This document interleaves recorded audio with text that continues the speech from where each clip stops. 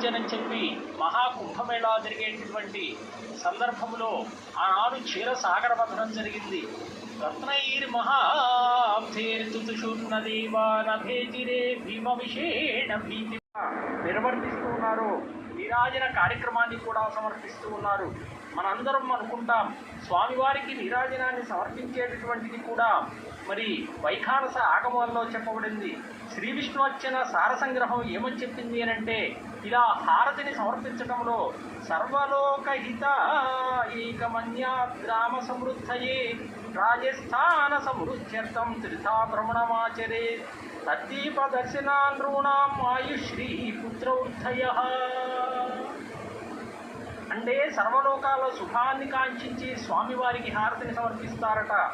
అలాగే కొలువై ఉన్నటువంటి ఈ గ్రామం అంతా, ఈ క్షేత్రం అంతా సుభిక్షంగా ఉండాలి అంటే, అలాగే రాజు స్థిరంగా రాజ్యాన్ని పరిపాలించాలి అనిస్తారు అని చెప్పి కూడా అదిగో నక్షత్ర హారతిని కూడా స్వామివారికి స్నపన తిరుమంజన కార్యక్రమంలో వైభవోపేతంగా నిర్వర్తిస్తూ ఉన్నారు. హారతిని దర్శిస్తే ఏమవుతుంది అనంటే దీర్ఘాయువు కలుగుతుందట, ధన లాభం కలుగుతుందట, పుత్ర వృద్ధి కలుగుతుందట.